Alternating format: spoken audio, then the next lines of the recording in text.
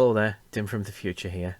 So, there's a couple of things to tell you about this episode. For one thing, we just sort of rambled, so there's no formal introduction. So, welcome to the Warbosses show. The other thing is for specific context, we do talk a little bit about 10th, which is obviously, granted it's been out a while now, but it just launched pretty much when we recorded. And the reason it hasn't been out yet is my fault. And yeah, we'd just seen basically the teaser for the core rules. So there's a little bit of chat there, and I'm surprisingly positive about it. With some reservations, of course. So yeah, so there's that. It's just a pretty chill episode. We talk about our favourite lore characters. There's a little bit of tense chat. There's your usual banter. And there's some sneaky shenanigans afoot. Hope you enjoy the episode. There'll be more later.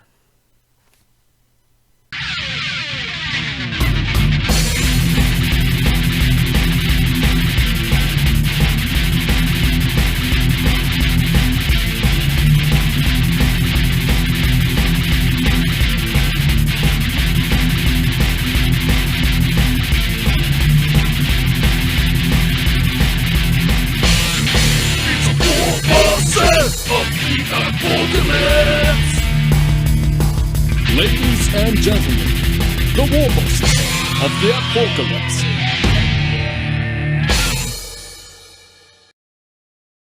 Don't cry, Steve. Don't cry. Don't cry. I'm just so emotional to be back with you guys. It's been so long. I've been catching up on our content. I just finished watching the other night. You Clint and Scar. That was a good episode. And what do you know? What? Dim. Do you know what was really bad? A little bit. Have you read the comments though? No. Everyone's just saying, "Oh, it's so much easier to follow with only three of you," and it's just nice to have like a sensible conversation about the other three. You know. Are they really? Yeah, well, they're not. I mean, I exaggerate. I'm reading a lot into it because I'm a sensitive soul. But like, To be honest with you, they might. I mean, the number thing. We did see at the start, when me and Clint came on, it was 6. It would be so much easier because we would just do episodes with like 3 or 4. Yeah. And we always have like available, and if we occasionally on that, fucking 6 nearly every time. Well, on that, Steve-O, did you? Because me and Steve-O talked things. Sid, I don't know if mentioned to anybody, but we were because yes, I can't remember who planted the seed in my head because I know it's not my idea. It's about people doing different. Yeah, it's either it was either Sid or it was Scar that was talking to me about it, but just the idea of doing like other shit on the channel. It might have been with Odd Boys. I know me and Clint were talking about it and would mention it. I think me and him and Scar had a little sort of chat. I think just when somebody rings the WhatsApp thing and boom, so many people join or something. And we're talking about it then. We're like, we could do something like that, but we'd all have to be on... It's all right, Dim. I authorised it. just wait to hear back of Dread and well, good luck with do you know what? We can already say it'll be fine because it was, and he'll thank me for saying this because it was fucking his idea originally anyway. To he wanted like a magazine have different things in. And actually, it'll be the first time from him. It'll be the first time ever where he could say that statement and it'll actually be fucking true. Well, I mean, you can still do stuff for our own channels. It's just if you do a video and it's a bit shit, just stick it on here.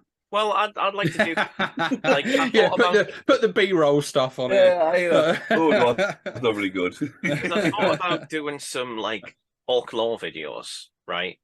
But there's no point doing it.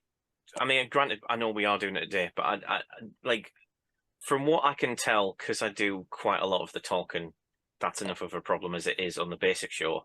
But even more so of the law stuff, I get that not everybody wants to just do an episode talking about the law because they know I'm going to fucking no. But the thing is, go into it. I did watch an Ork lore video recently, like as in the last week, and I can't remember who done it. It was like fucking Ivor and Tony or something like that. It was 2 lads, a black lad and what looked like a Russian lad, sat in front of a black curtain.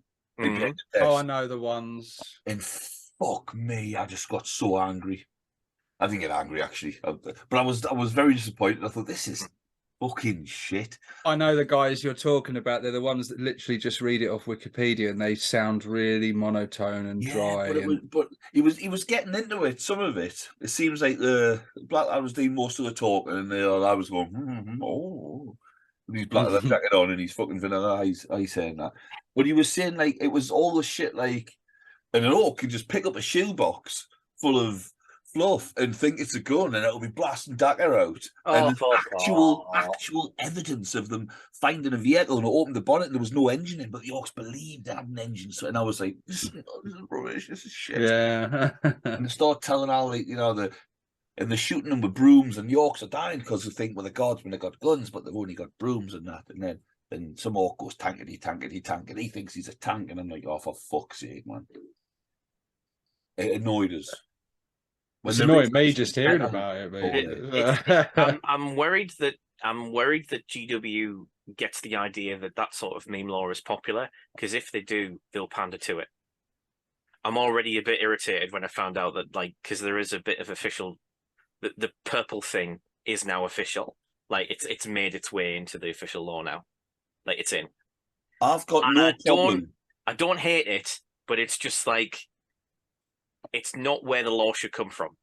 It's not.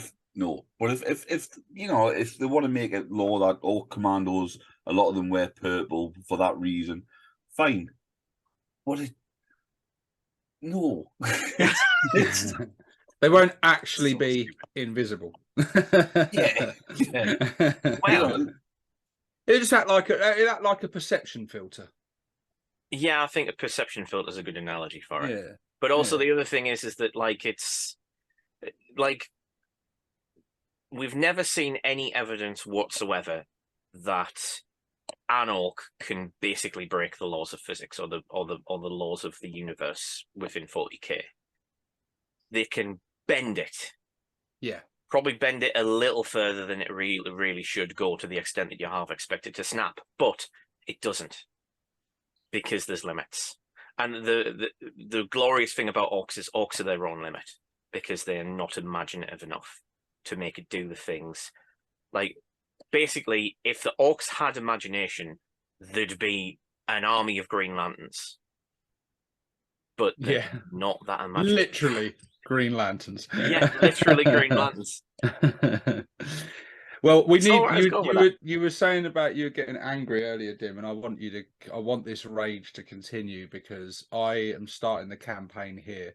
And whether this is I feel like we're already into the video already now, or whether this will make it into the outtakes. I am starting the campaign now. I want people to sign my petition for a new playlist on this channel called the Runt Herd Rants, because I am totally up for that. Or rants from the Runt Herd. If you want content on this channel that no fucker will watch, that can be very easily. I will watch it. I'll be an avid viewer. I mean, the weird thing is just as an aside, did we want to bring up the existence of 10th, or are we just not even bothering? We can touch on it. I'm gonna try, emphasis on the word try, to not say anything bad about it. I can't make any absolute promises, because you know what my mouth's like, but I have good things I can say, although I will admit up front that I don't really like the rules. That's not true. They're not enough.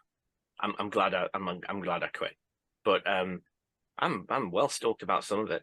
I think it's definitely a massive improvement on last time. They did low bar, but got to take what you can get. I've got concerns, but the fucking models in Leviathan. I even like some of the Space Marine shit, and I never thought I'd say that ever again. Same. That Dreadnought and the Terminators are a highlight, and I like the Screamer Killer as well. It is kind of hilarious. Well, we'll save this for the actual video, but I just think it's kind of hilarious that they've made them look good by going back to the old style. It's just makes me. It's almost. It's all they need to do. It's almost like they were all iconic already, and you didn't need to reinvent the wheel or something. But okay. I'd say it's the best looking Space Marine miniatures that have been out for a very, very long time, and they are literally just scaled up, tightened up, more detailed version of classic miniatures. Even the Dreadnought, which is obviously a Redemptor Dreadnought, but it's like a scaled up version of the old shooty Dread, and I'm just like, beautiful, love it. Yeah, I really like it, and the Screamer Killer looks nice as well, and there's some of the other nids in there that really, really nice as well. Yeah, it looks like a really cool set. I'm excited for 10th. I've been out of, as anyone watching this channel has been watching all the recent videos, know I've been out of the hobby space and YouTube space. I haven't done nothing on my channel for a long time. I do apologise. I know there's lots of comments on my channel that I've not responded to, but I have been keeping an eye on it. I don't know everything about it, but I've kept a close eye enough to sort of get a gist of the direction they're headed in with the rules and stuff. And I like the direction it's headed in. I like the fact that it's stripping away the excessive stratagems, bringing back universal special rules, streamlining the rules of the weapons and things. So the ballistic skill and the weapon skill is just on the weapon fronts and things. I like the way that it's you're going to have your units on cards. I love that. Just bring the cards for the units that you're actually using and having them on. I like the sound of that. Should have done that years ago, but yeah, they should have done. I agree. I also like the fact that they're doing a bit of a big reboot, like they did with 8th. Everyone's starting on the same sort of even kill to start with, and it sounds like literally like it's free rules for now, which is more than they've ever done. They've said before free rules, and it's been like a couple of pages of it's barely the rules, but yeah, we'll see. It's I think I was chatting with Dim the other day on WhatsApp or whatever, and I said to Clint the other day in message as well, saying I think the first year of 10th is going to be a really good time to be in the 40k hobby. I think it's going to breathe a lot of new life into it. I think excitement is going to retract a lot of, I think you get a lot of returning players to come and give it a go. And I think for a while, it's going to be really good. I have concerns too. My concerns are that GW do what they've done in the past and destroy all this goodwill that they're building up and this wipe the slate clean. They create their own problem and then fix it and then create their own problem again. And I don't want them to do that this time. I just really hope that they don't fuck with it too much. But yeah, I am cautiously optimistic. And I've already chatted to Clint the other day about setting up a game with him to get the first game of 10th in, to get round his and have a game to try it out for real. And we may even sort of talk a little bit afterwards and do like a sort of a first impression / review of our thoughts on it after having our first game of it. But yeah, I'm excited. Hello, by the way. I guess we've started. We're going to talk about all characters in a bit, but yeah. Do you want to say anything about 10th Sid? Do you want to talk about it? Sid had nothing to say on 10th. I'll be honest with you. I was very excited to start with, because 9th was just getting, well, 9th had been for a while bloated, quite ungainly, and I was shocked. But I don't know. I'm not. I can't make any comments like officially until I've actually sat down and I suppose played it, because you can look at it and go, that seems cracking. But I've seen a few things cropping up where people are saying this is broken, this doesn't work, and this doesn't work, and I don't know. I'm not gonna. I can't go into them, but they're out there, Stuff will be broken. Stuff always is. It just needs tweaking. It just needs tweaking. Yeah. They'll tweak it. Like I said, hopefully they just not tweak it for a while. Just leave it alone for a bit. Let it rest. I mean, it's nice that they front loaded the core rules, and on the whole, don't hate them. I've got some positive things. I'll mention those. My one concern is it's both a good thing and a bad thing. It's a bad thing in that I think there could definitely be some cynical motivations behind it, but it's a good thing in that the upshot of the way that they've done it means in an ideal world, providing they've still got their head screwed on when they start doing the faction rules and the codexes and stuff, or the cards, is there shouldn't be as much FAQ stuff. I think this is probably the most solid system they've written in quite a long time. I don't like the way the wording, the style of wording that it's written in.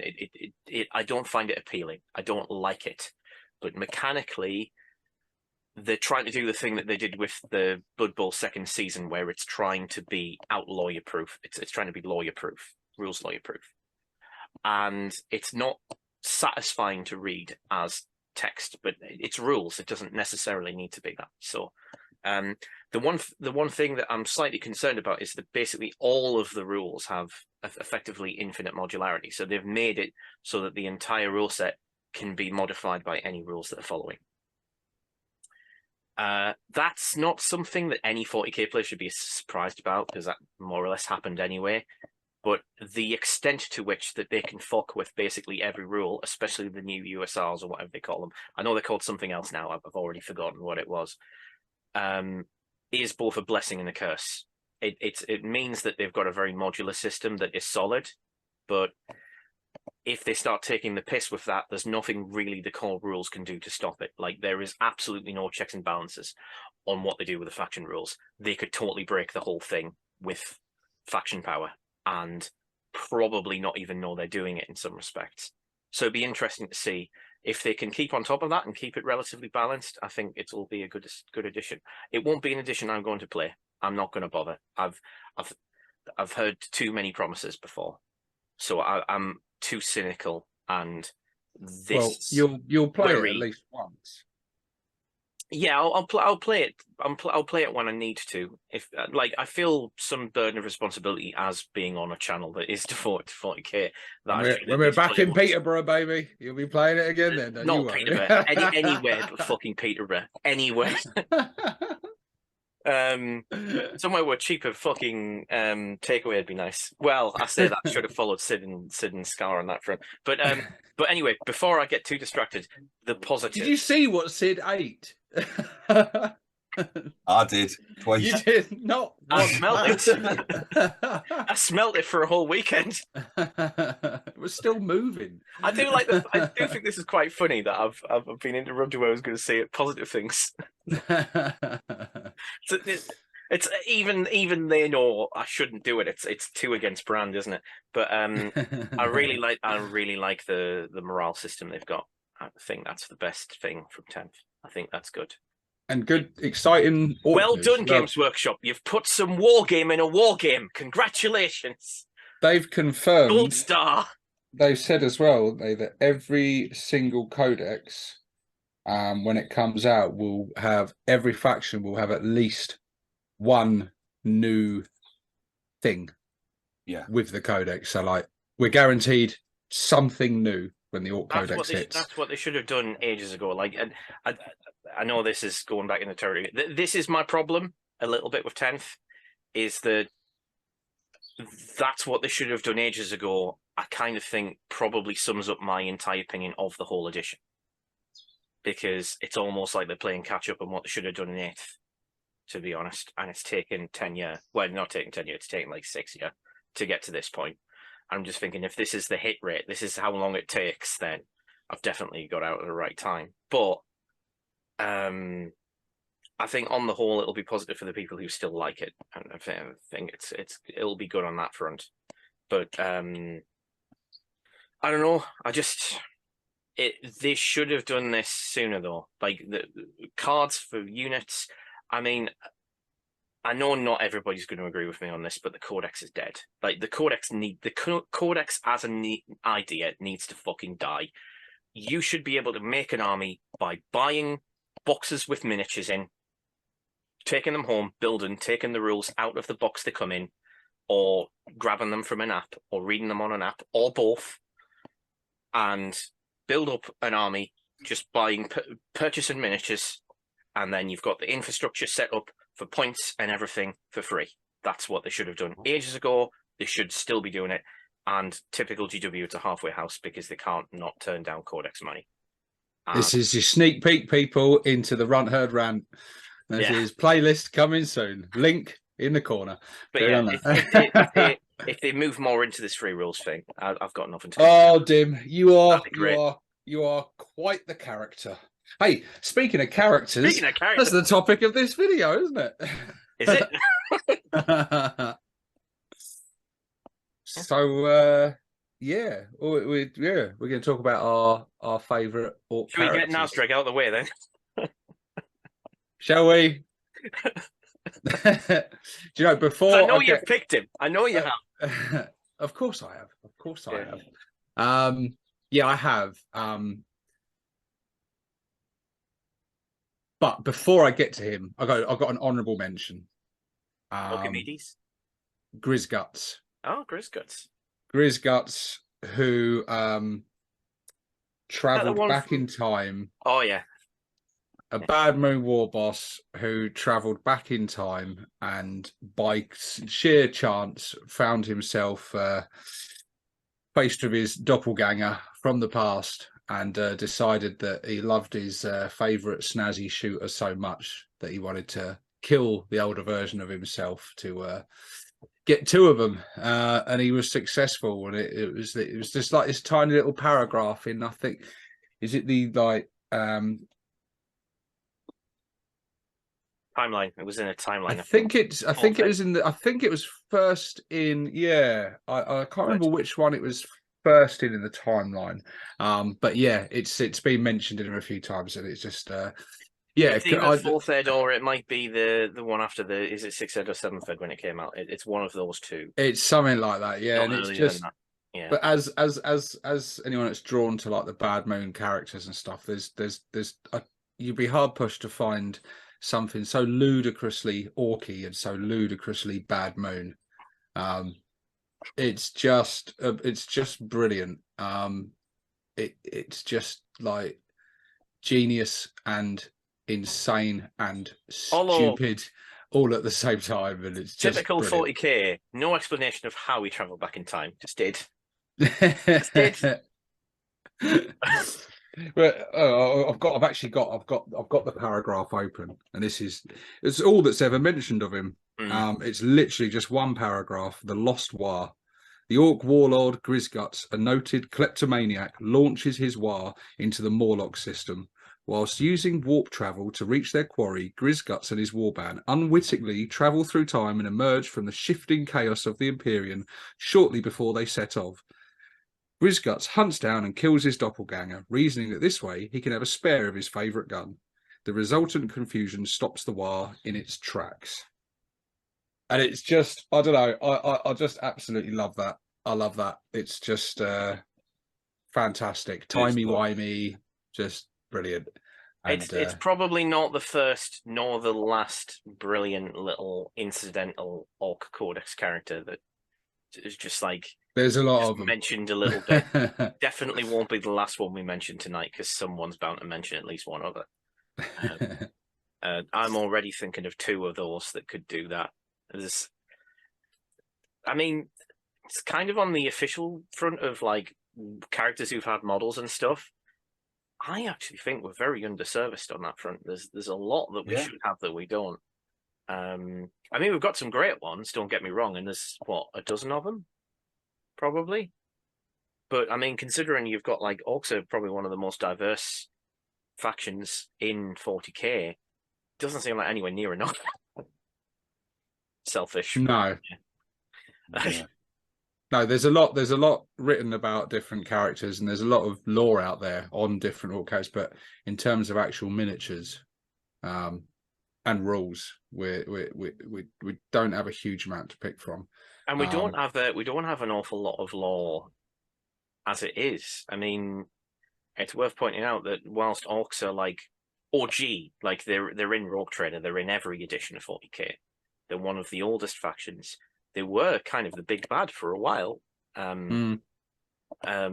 like especially sort of early doors, early first, and sort of mid second. They had played a big role, and they were always a big threat. But like in all that time, we haven't had all that many books. I mean, we have had one. I'll get back to that because I will be talking about that in a little bit. But on the whole, lore-wise, we have less than we should for how long we've been around. We've probably had the least amount of codexes other than maybe Dark Eldar. Is every faction, and this might be a stupid question, but has every faction not had one codex per edition? No. With the exception of ones who crept in like Tarwin, what have you. No, like Necrons, we had that 3rd edition codex, and that went all the way through 3rd, 4th, and 5th edition. Really? Although that, Yeah. well, the tricky thing with 3rd is that 3rd is kind of divided into two halves, because you've got like the early doors sort of codexes. I'd normally have hang on, I've got it. So the original sort of 3rd ed ones, I don't have a sort of, were like that. And then you got ones that kind of have a black border that are a bit thicker. And they're typically called by 40k fans the 3.5s. So Yeah. 3rd edition kind of evolved halfway through because it was a 5-year run.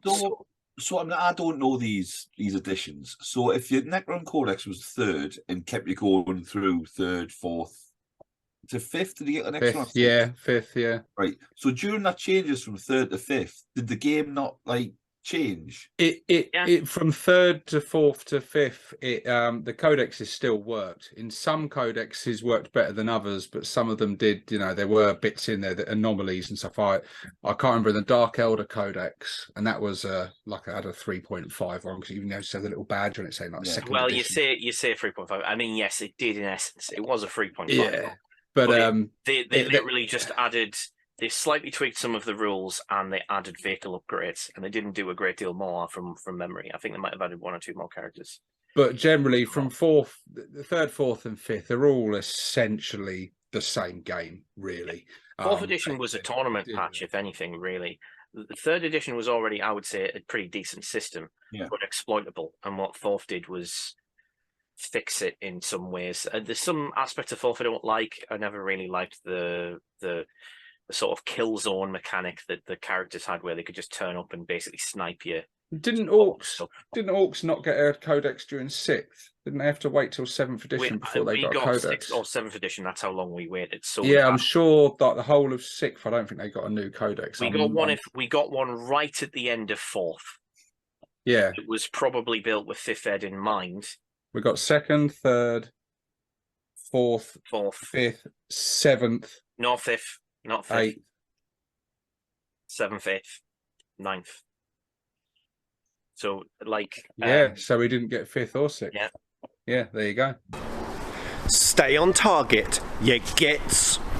But yes, my pick for favourite Orc character is, of course, Nazdreg.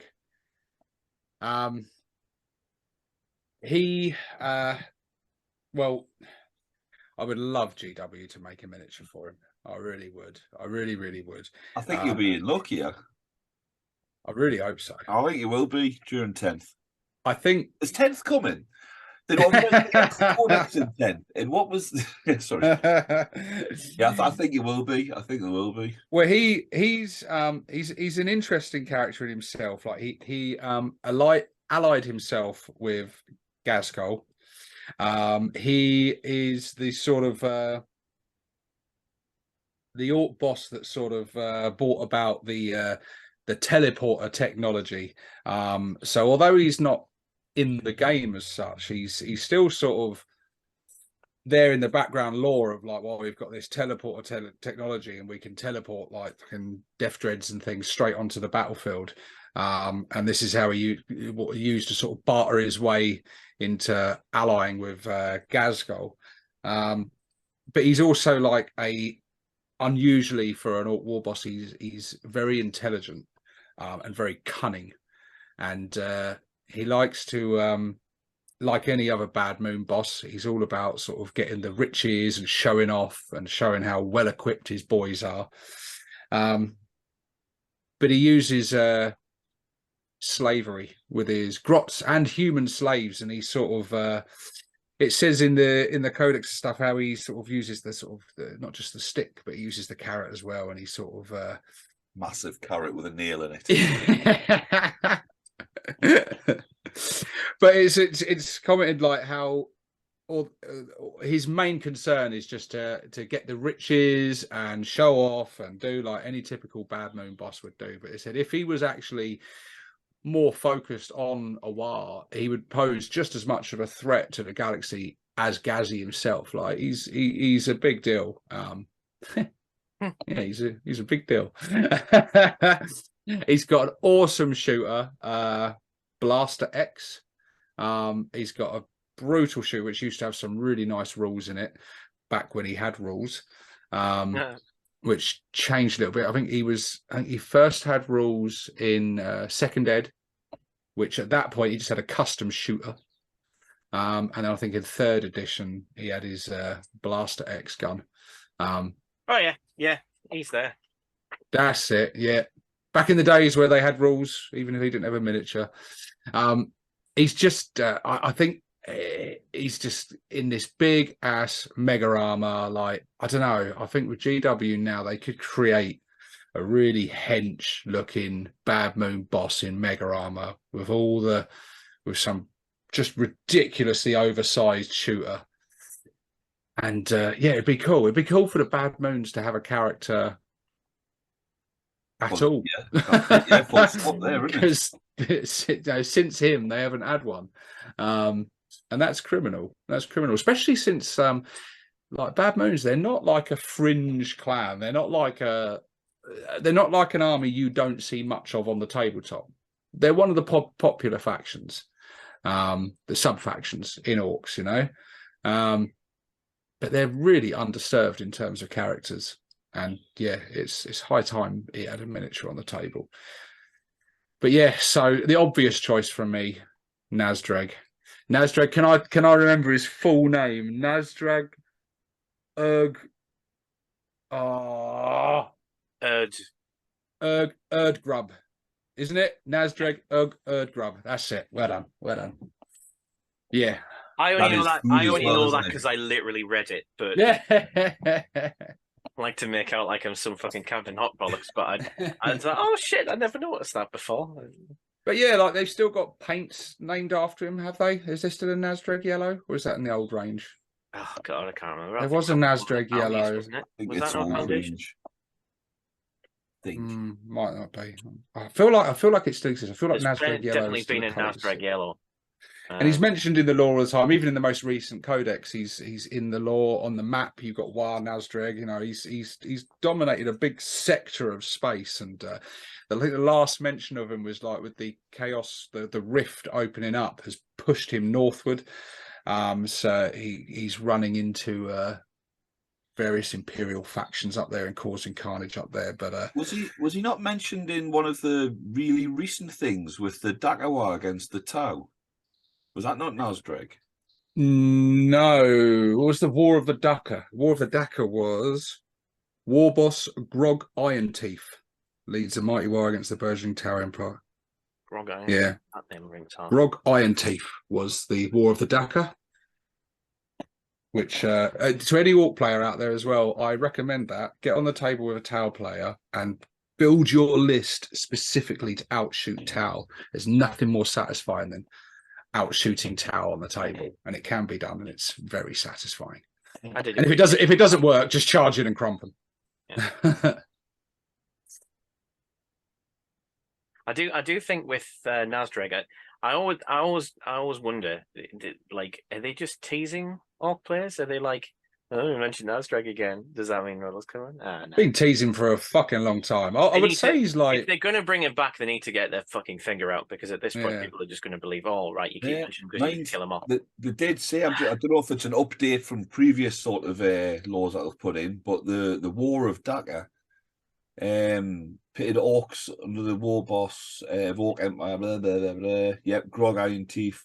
Later foresight broke away from Tower Empire while the Orcs shattered into many warbands, eventually to be reunited under Nazdreg Erdgrub.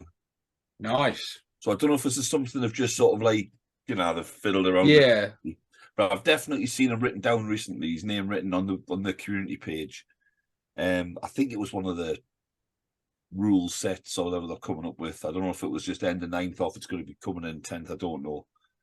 But he's got like there's lots of like Imperial records of not lots, but there's bits of Imperial records about him and that, how he used to travel on his Space Hulk, the Scylla. I think I'm pronouncing that right.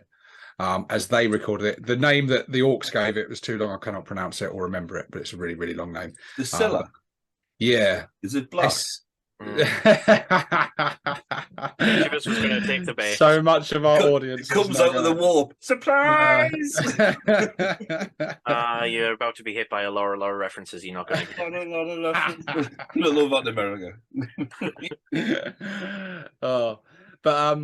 Yeah, this Space Hulk that was able to sort of they talked about how it was able to outmaneuver when they were trying to pursue him and kill him, because he was like, you know, during that time Ghazghal's sort of main ally, so one of the head honchos to be hunted down and killed, and they haven't been able to destroy him. They did destroy his Space Hulk, but he managed to escape and disappear off the system somewhere to cause trouble. But they say in the records that they're confident now that they won't ever ally again. But yeah, he's a big character in it. He's one of, like, in terms of, like, yeah, Gazzy's their number one as like the big bad, the sort of number one character. But Nazdreg's definitely up in that top 5 of like big orc characters that are, like, you know, a big deal out there in the timeline and stuff.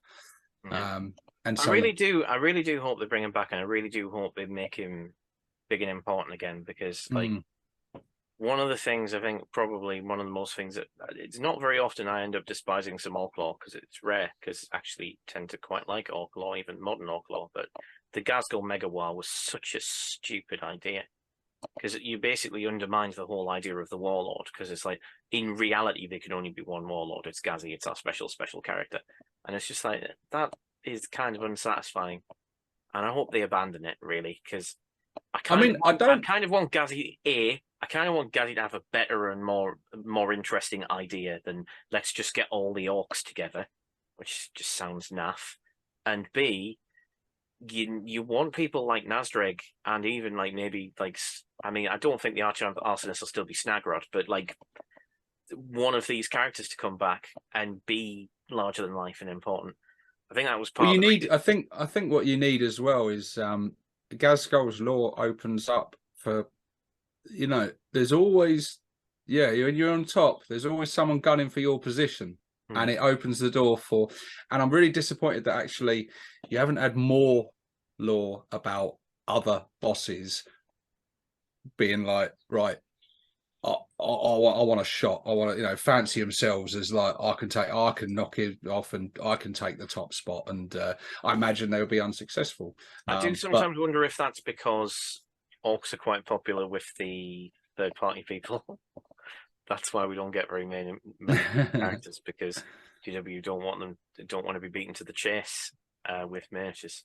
That might isn't the, I can't remember the character's name. I don't know if someone in the comments or someone here might know, but that wasn't there a snakebite boss that Gazzy fought that that refused to bow down and thing, and he had to chop his head off twice or something it might have just been once, but he had to literally before he actually finally succumbed and was like, yeah, all right, I'll follow. I'm a bit irritated that I can't remember his name, but yes, I that's what you want. I want, like, I was hopeful of characters like Grot Face Ripper to be like that sort of, you know, to be that sort of like give it all the talk of being like, I love the idea of Grot Face Ripper. I mean, I went, oh, he's mint, and he got his own model and all this. I'll just read about him.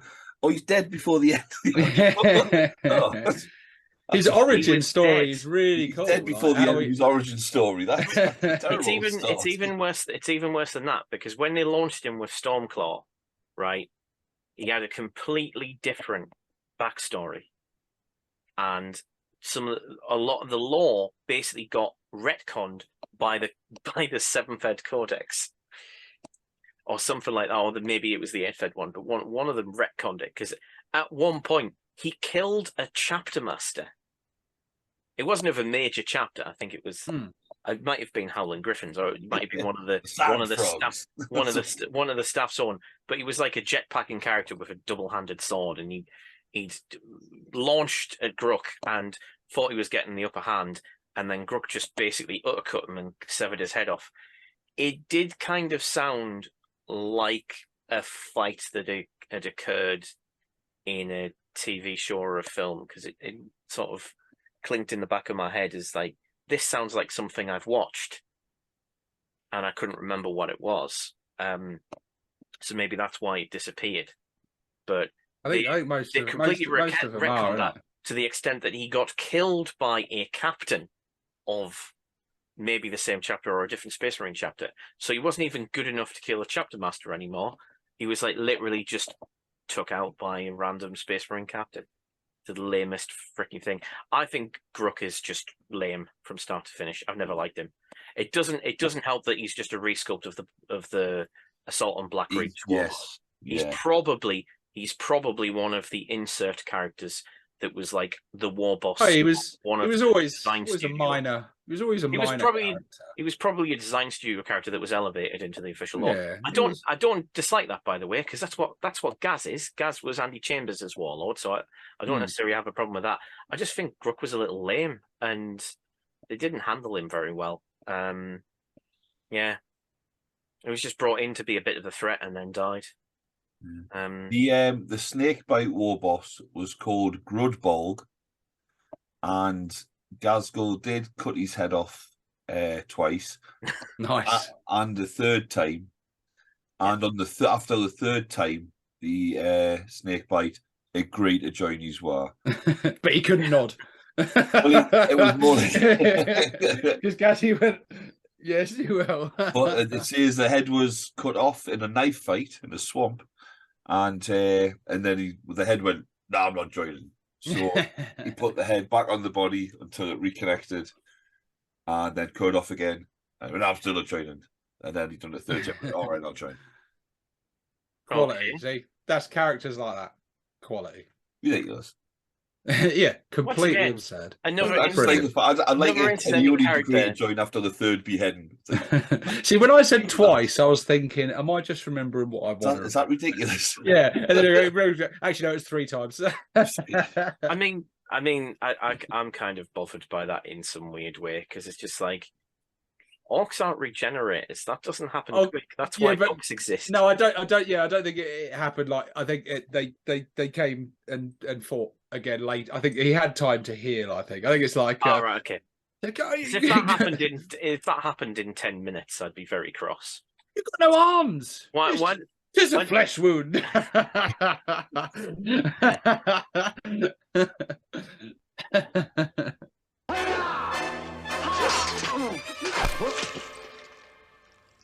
Now stand aside, worthy adversary. 'Tis but a scratch. A scratch? Your arm's off. No, it isn't. Well, what's that then? I've heard worse. You liar! Come on, you pansy. Demonetized. Copyright claim. I wouldn't worry about totally that. worth it. Totally worth it. Who wants to go next then? Go on, Well, are there? I mean, obviously you went with Nazdreg, Bad Moon fan, and all that sort of stuff. I'm partial to a Smelly Goth. And I know, obviously, the obvious one we've mentioned, you're probably going to mention a few times with Gazzy. Mm-hmm. So I'm going to avoid that one. One I've always liked, and again, it's more in theme with your first pick, Steve-O, the one that the honourable mention is, and I know Dim's a big fan, is Tuska the Demon Killer, who he doesn't get... They never specify. I say they never specify, and I've checked both paragraphs. They've never said what clan he is, but he just comes across as a goth to me. He likes to fight. He likes a punch up. He fought a big old wobbly chaos. I don't know if it was a spawn or he cut off a demon's cock with a power claw. Eventually, not straight away.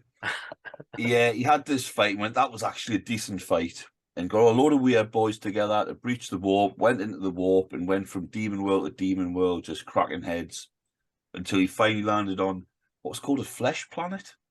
Which I don't even want to think about.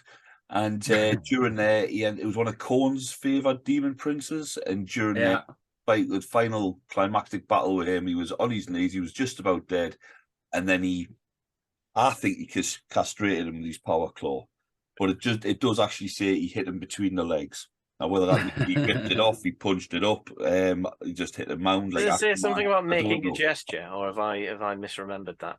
No, I don't know. I'm not what I remember, but he done it, and Corn went, "Oh, very good," like that, and probably just like that, and brought him back to do it again. And after the Orcs just fought, and Corn, this is actually very nice. He shifted him to outside the brass gates of his own domain, so he could keep a better right. So just like getting a bigger telly. Oh, you can watch it. His own entertainment purposes. There's not much in the lore, but I think we're pretty much starved of lore. Yeah. So I quite like that, and I've always wanted to do the model justice. Well, yeah, oh hell yeah. You know what I mean? I envision something just like drenched in blood and gore. Yeah. I actually think a red orc would be sort of half between a bloodthirster and a big orc warlord, sort of mashed together in that kind of that would look just fucking awesome. Because he could probably be having some cornate demon weapons that he's wrenched from them, and he's now like and it's almost like the I guess he would probably be like a favoured of Khorne. He cares not from where the blood flows and that. And the thing is, I'd love to see that sort of leave the demon realm and go a real space and just. I don't know. I don't know. I think like Nazdreg, I think that he's one of the characters in the existing lore that is right up there. The fans want him so much. Yeah.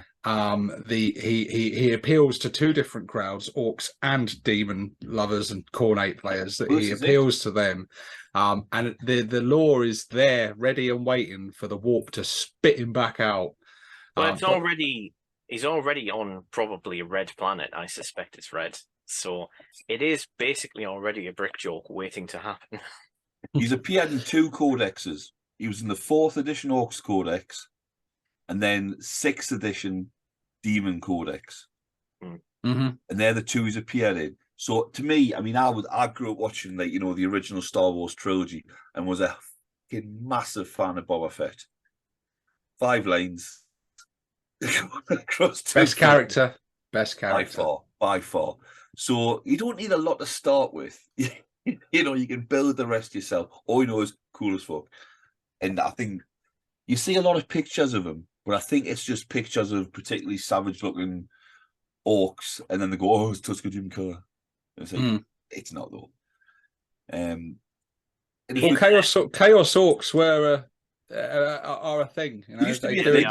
Storm Boys used to have the Cornade glyph and the Storm glyph and everything. Yeah, not all Storm Boys, but some of them would. A lot of them, yeah. Not all of them. But Chaos Orcs are a thing. It's rare and it's an exception. But it is a thing. I mean, this is going way back, but there's a Chaos Warlord in the Blood Quest series, and they used to be rules, didn't they, in White Dwarf and things? I'm sure. Remember them doing like Nurgle Orcs and Chaos Orcs and stuff sort of. Yeah, I remember the artwork for it of Orcs like all mutated and shit and stuff. And Fourth, I think. But I one of my favourite bits about that lore in the story is talking about on the way into the warp as Tuska is heading into the warp to hunt down like these adequate foes, these demons. But on his way there, he destroyed many an Imperial world on the way into it. And I love the fact that there was a little paragraph in there about the Imperial defenders that set up stations, defenses all across, around the Eye of Terror. It was the Eye of Terror, wasn't it? Not the Maelstrom. I think it was the Eye of Terror. Yeah. And they've got, and so they're completely unprepared for an attack at the rear. And it's it talks about how the Imperial defenders, like, guarding the Eye of Terror for all the shit that it spits out all the time, are like horrified and bemused, but the fact that this massive orc fleet just fucking coming, they're like, oh my god, they're taking... and then realized very quickly that actually they're not interested in you. They're going in the hell.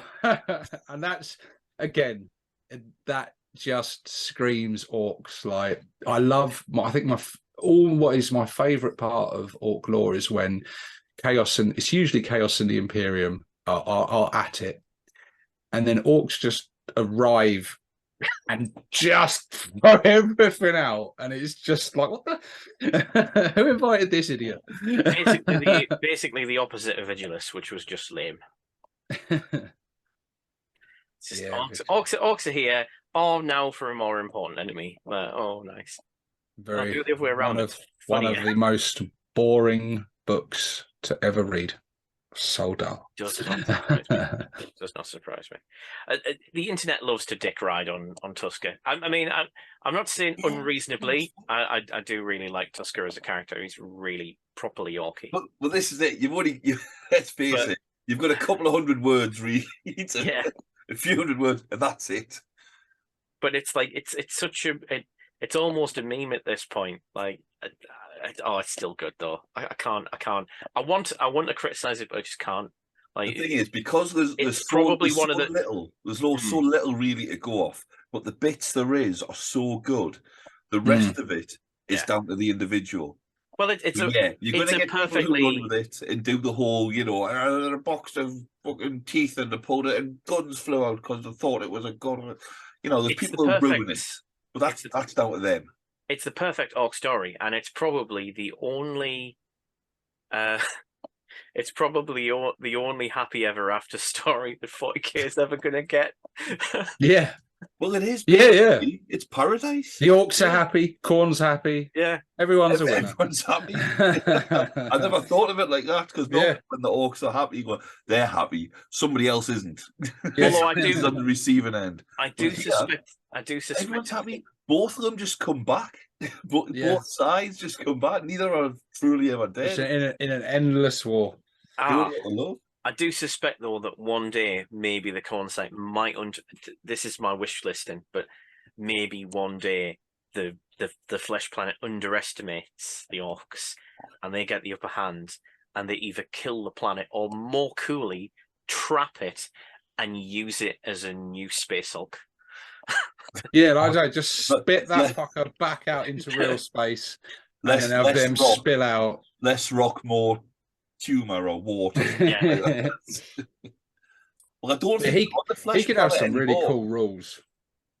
I don't think they're on the Flesh Planet anymore. I think Khorne moved them from that planet to outside his brass gates and that. Which, this is it. They've put them right at the feet of Khorne. So to overpower them or to break out or do anything, it's like going, we've defeated Khorne, and that's maybe a bit of a stretch. I don't know how ultimately powerful the Chaos Gods are. I imagine quite. I was hoping they'd left the story there. That's a bit of a. Well, you never know, mate. I mean, like I say, it was literally a third of a page. Yeah, but that's how it always is with Tuska. If they did rewrite 60% of it and just change his fucking name. I mean, yeah, true. If they did release Tuska as a miniature with rules stuff, there's some really interesting stuff you could do. Yeah, for one, you'd have an amazing looking miniature, and for two, you could have like I say, some demonic weapons and stuff, which could have some really cool rules, and you could even have some sort of special rules against demons and stuff. And that is one thing. Orc players don't yet have their own Legion of the Damned, I think. Yeah, and then Imagine building, like, if you got Tuska and then built the whole faction around him of sort of mixing in Khorne bits into your orcs and stuff. Yeah. And, I don't know, I just see an army of just loads of orcs, savage as hell, soaked in blood and shit, and just, I wouldn't want to see fucking cool. Like fucking 10 and all that. Khorne is very sort of not really about that. Like, demonically ferocious. The symbol of Khorne branded into their flesh and stuff and things. Yeah, be cool. Yeah, I think with the audience, I think he'll be a popular one because he's a very popular character. Yeah, good choice. Oh God, Dim. Just before you get to yours, yeah, shall I mention? I think we had some of the other bosses that couldn't be here tonight. Mm-hmm. And I feel like we should talk about them just to. Where is it? Yeah. We've got Essex. Well, actually, yes. Mention Essex's one because it will lead quite handily to mine, and then we can talk about some of the others as well. Buzzgob. Right, Buzzgob, yeah. Big Mech. Boss Mech. Is he he's the Siege of Rax guy, isn't he? He's the Forge World one, isn't he? He is the Forge World one. Yeah. Is that the Bad War or the Siege of Rax? I can never remember which way around it is. But he's the one from Imperial Armor 8, right? That's him. Yes. He's in that. There is quite a lot of lore in there, actually. I think I've only read it once. I remember very little about it, other than Scrap Army. I've got mixed feelings on Buzzgob because it's fucking cracking story. It's really, really good. But unfortunately, the aesthetic of Imperial Armor 8 and the large amount of scrap vehicles has had a negative effect on what people think Ork vehicles look like. And that's only really started to be challenged. When did those buggies come out? Was it 7th? Late 8th. Was it 8th? Yeah, it was October 2019, I think. Oh yeah, when it was 8th what's his edition face? Codex on it. Yeah. What's his face came out? The Sorry, I say October, November. Speed Freaks. 20. Yeah, October, otherwise known as November. But yeah, a load of people seem to think that Ork Tech is just scrap thrown onto like spikes and then held together by optimism and duct tape. Yeah, just believe it works. That'll be awesome. Yeah, that's exactly. I did believe it works. Just believe you're a better shot than fuck's sake. Believe you hit on 4s. I'll be happy. But it's not really true. So like, but Buzzgob is a really, really cool character, and he's got excellent cool miniature as well. Assistance. Yeah. Yes, Assistants are more important. Knit Knuckle and Lunk. Awesome. Yeah, really nice miniatures. Really nice miniatures. And then Dread can't be here either, but we'd be remiss if we didn't mention his favourite character. I mean, as everyone knows, as an avid Evil Sun player, Wazdaka Gutsmech just had to be his choice, didn't it? What's his and pretty the title, like what this show used to be named after, the war bike of the apocalypse. Yeah. So was it? Yeah. First time. Yeah. Yeah. I'm trying to remember lore about Wazdaka Gutsmech now. But yeah, his bike was called the apocalypse. It was a war bike of the he launched a apocalypse, few things. Yeah. A few things. I can remember quite a few things. So one, he launched a sort of like internal war in the space Hulk he was on to destroy like a gene stealer cult and some gene stealer infection in the space Hulk. And he stayed on, and his and his mob stayed on their bikes for all of it. So they're driving their bikes through this huge fucking space Hulk too, and driving down corridors, gunning down gene stealers. Nice. Fun.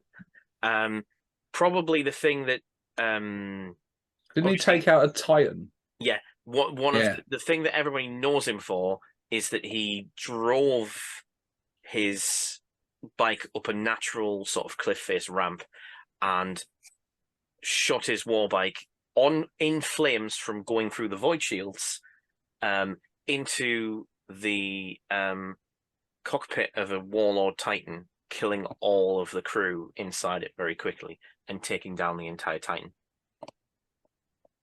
That's probably the thing people best. It still only counts as one.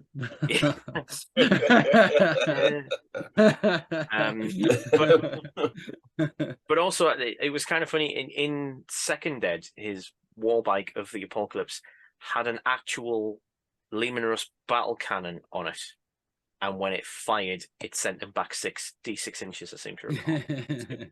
Awesome. It was pretty stupid.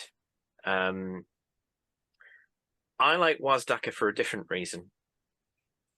because he's got one of my favorite orc characters, but it's not him. And he used to have. I mean, this is. I'm not sure if this is for 2 editions or 1 edition, but he used to have a Grot rigger assistant. He used to ride on his bike called Fix It.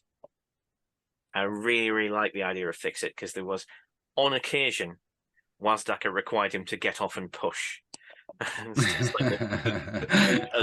Gave him a reroll to difficult terrain tests, which I fucking loved. Because Fix It would just get out and just.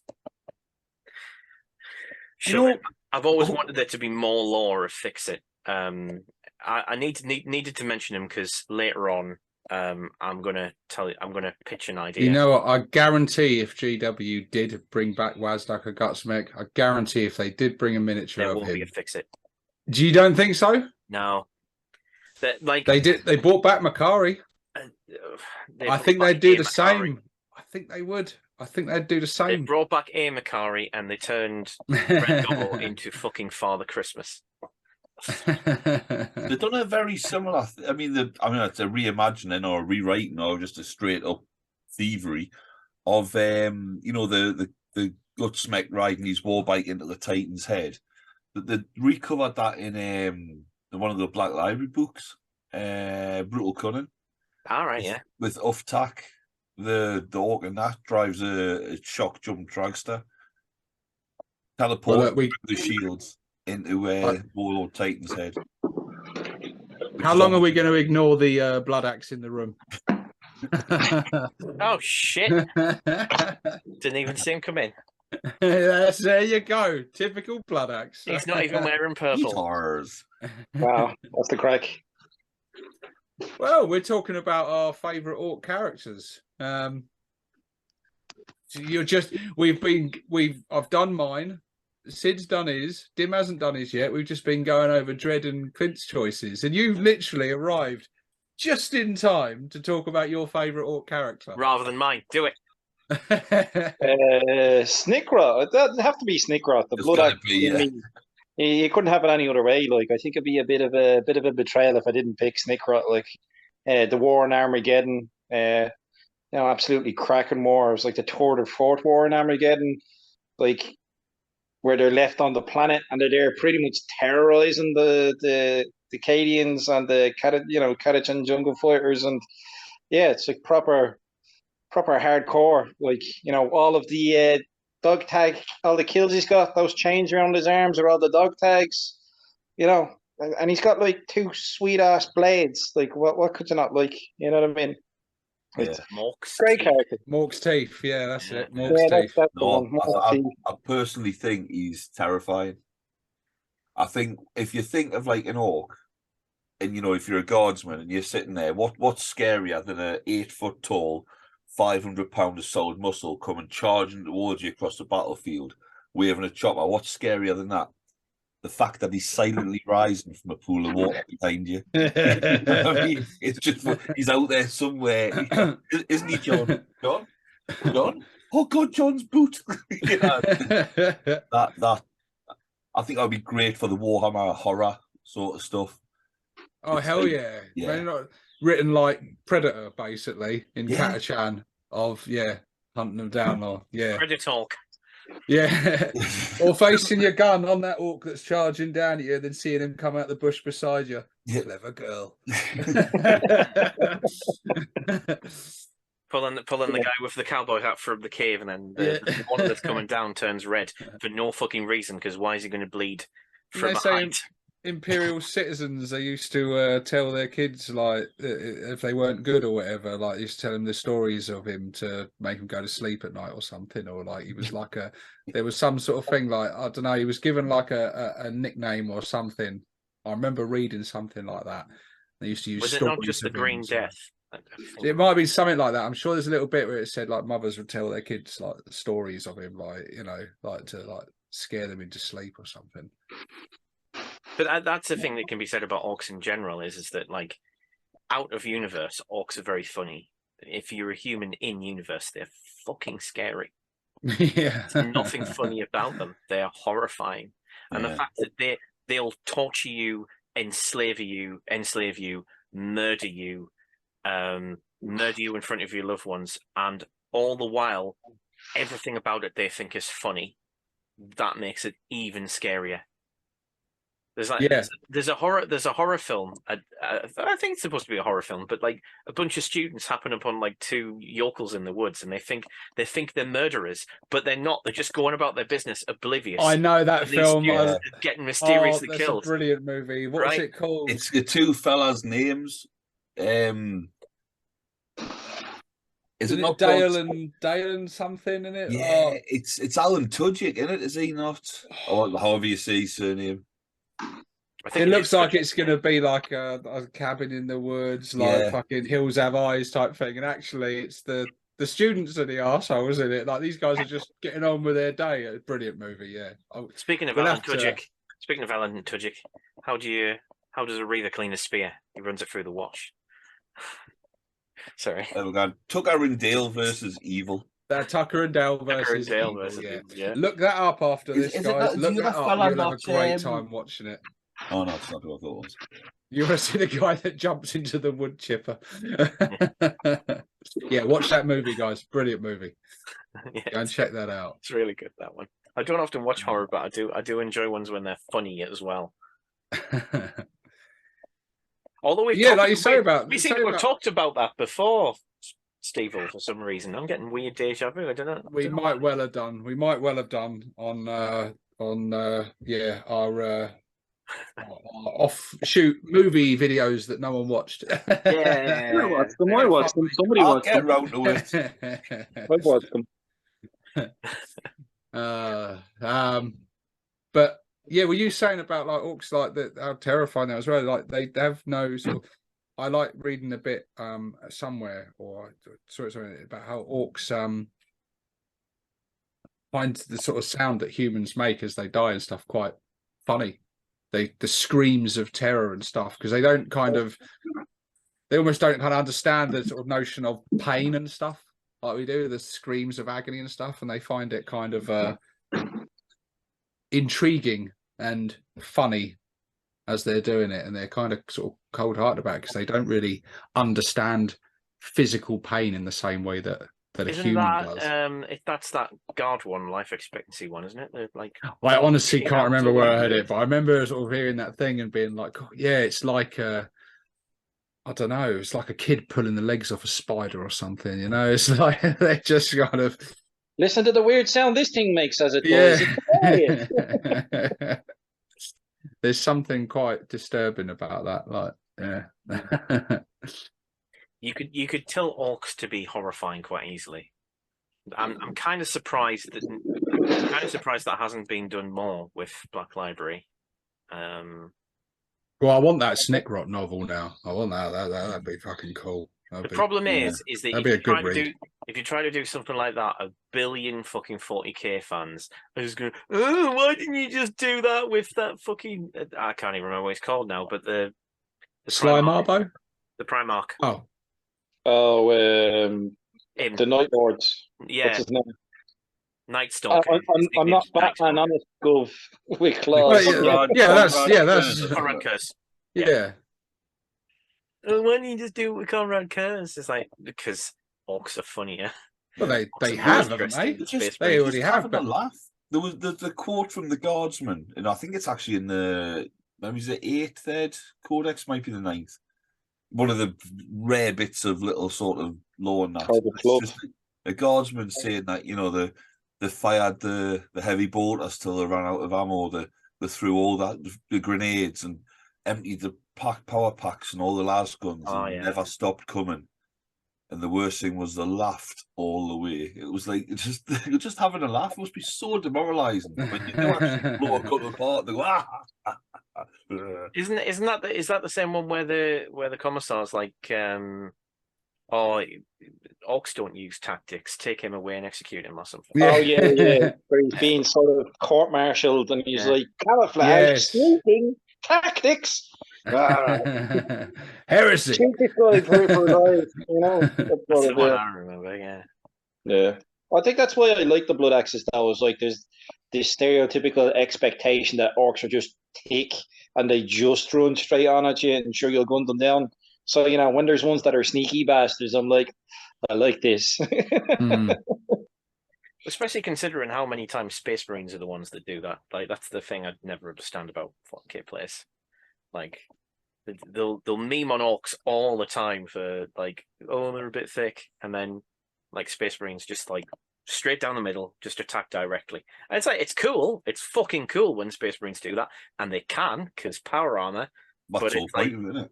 yeah, but it's stupid. It's just double standards. It's like the orc tech only works because they think they do, and you're talking about like the core factions where they have a cult, a religion built around technology. Their flyers don't actually look like they would fly, as opposed to the orc flyers that look like they actually would. That is the funny thing about the flyers when they first came out. It's like, hold on, why is the Orky one the most aerodynamic looking one? This isn't right. Well, because mechs know how to build things. They can build things instinctively, whereas like the ad mech have got like religious dogma about like a nut can't be tightened any more than the blueprint says. Like, you've got to follow the blueprint to the letter, which means standardized technology. If it always worked, it will work. So it's in some ways sensible, but it also means the Imperium, until the recent law when things are starting to change, they were in a point of stagnation because they literally couldn't experiment really. I mean, obviously, I think parts of the Imperium did, but not a whole lot. But it depends on which edition you look at. If you're like into your second ed law, they were given all the experimental tech to the Sisters of Battle. But that changed. They changed that law to make Sisters of Battle were just based on a loophole. we need you to talk now, Dim. But we need you. We've given you all of ours. Even the guys that aren't here have given you theirs. Oh, I wonder who could it be? I'm sorry, audience. None of us are being very surprising in this video. Our choices. I mean, jump in. I like that chef one. I love Makari. Makari's the OG.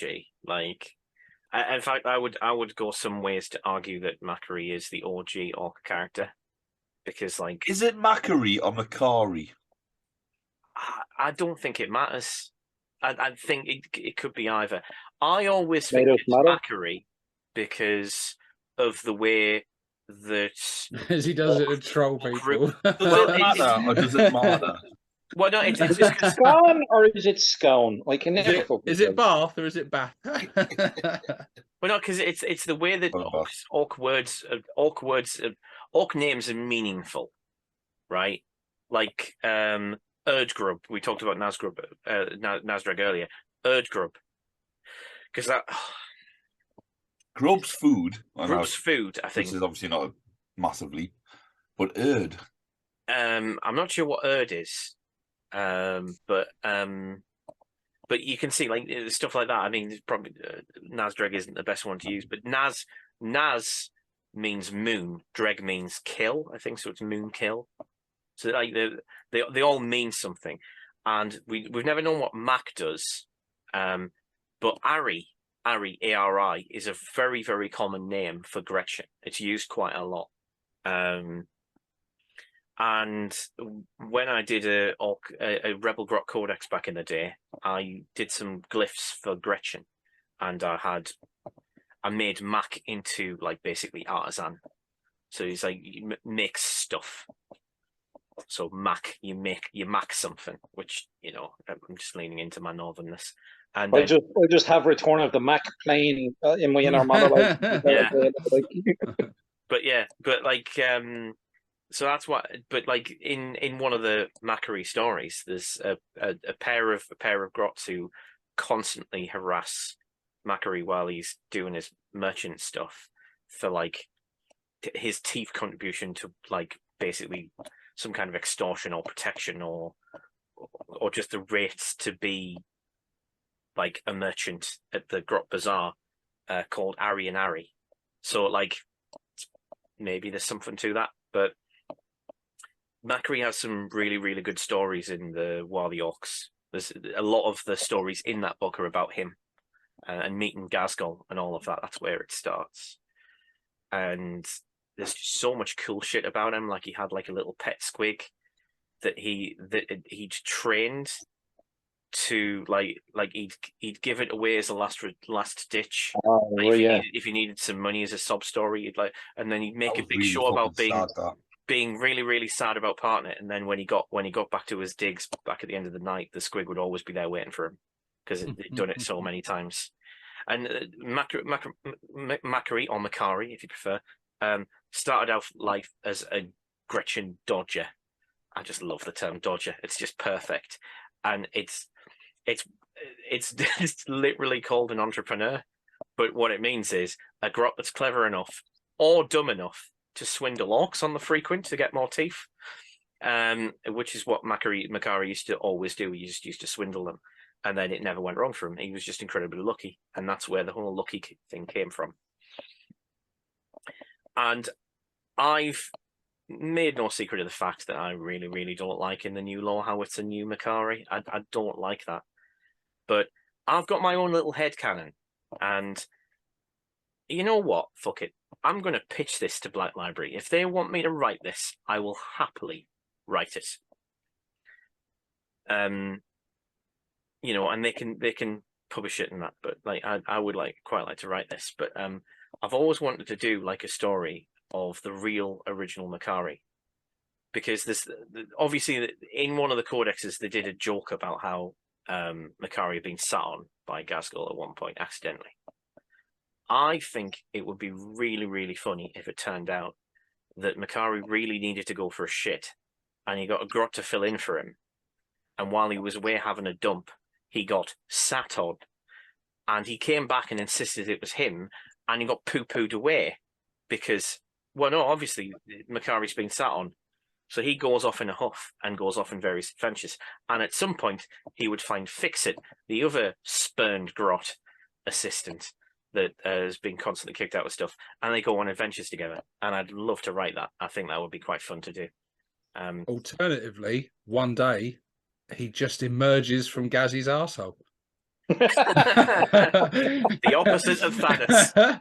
The ultimate. Banner pole and all. It's... and then that's the fact that's like,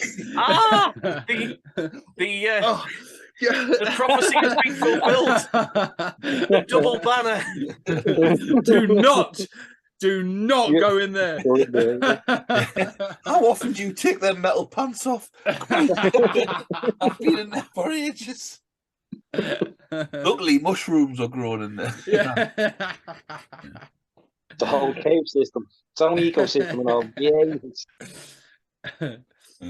Just in case we get any comments as well on the That's how that Warboss went back in time. Grub means cunning, not food. Oh, I thought it did. I couldn't remember whether an erd means lots, as in a herd, swarm or lots of cunning. I thought that, and I taught myself out of it because, well, a friend of mine, at least on one sheet anyway. Makes perfect sense. Makes perfect sense. A forum friend of mine had an orc warlock called Grishgrub, and I remembered they had cunning in that, but I could never remember whether it was the Grish. I mean, to be fair, it could just as easily mean a lot of digging, but I don't think that really fits for a bad moon. Whereas lots of cunning, you know, was a bit. What about what about Zodgrod, Dim? He's my favourite miniature. I'm not sure he's necessarily my favourite. I do love Wazdaka though as a character. I just like the idea that he's the only runt herd that, to my mind, has the appropriate level of appreciation for runts. Yeah, I do like him as I like the fact that his lore is good. Yeah, the mech who fired one of his grots through his shock attack gun gets sort of like stuffed into the tube and fired through it as well. Fires his mech through with them shock attack gun. I mean, you can kind of appreciate it, really, because he probably put a lot of effort into training those snotlings, and they just get... Oh, you would? If anybody's got a pet, like a cat or a dog or something, you find somebody's mistreated, you can. Yeah. I mean, like, orcs have loads of great characters. You know, did anyone pick like Wazdaka Gutsmaker or anything? Or Yeah, we talked about Wazdaka. Yeah. Yeah, Well, no, Dread yeah, picked him. yeah. We wanted to represent the Evil Sun player, but so we did. oh, so Dread repping the Even Sun. So okay, Yeah. Business as usual. We got you covered, Business as Dread. Don't usual. worry, you'll be pleased. We covered your pick for you. Don't worry, mate. Should we mention a certain freebooter character? I'm shocked and appalled that Dread didn't pick him, but sure, that's Dread. You know, clever the torn coat. Nothing surprising there, and that's coming from a Blood Axe player as well. Sweet Jesus, like standards. But yeah, Oh, it's got- Badrock, classic. Yeah. He shot a void whale. That's all I know. That's his claim to fame, is it? See, there's a lot of the characters I quite like the character, like the model, or at least what the model could be. I mean, what's he called? The Zagstruck, the Stormboy boss. I like the idea of him. I thought the model was all right, but then I saw one recently. I think it might have been Mr. Modulork, and it looked a bit like the Vulture from the Spider-Man. Oh, yeah, nice. yeah. With the It big is wings Modulork with the as well. turbines in it and that. And I was like, oh, that fucking model's amazing. Mm. But I don't know if there is any lore, if I just don't know the lore. But No, there is lore for him. Yeah, like with his vulture claws, like yeah. Yeah, it just depends. Like it's like it's He's gone through the supremely years. foul-tempered. Yeah. He's very regimented and very foul-tempered. He's even for an orc, like incredibly grumpy. Yeah, well, If you go through the years and through the different codexes, there'll be tidbits about them in different ones.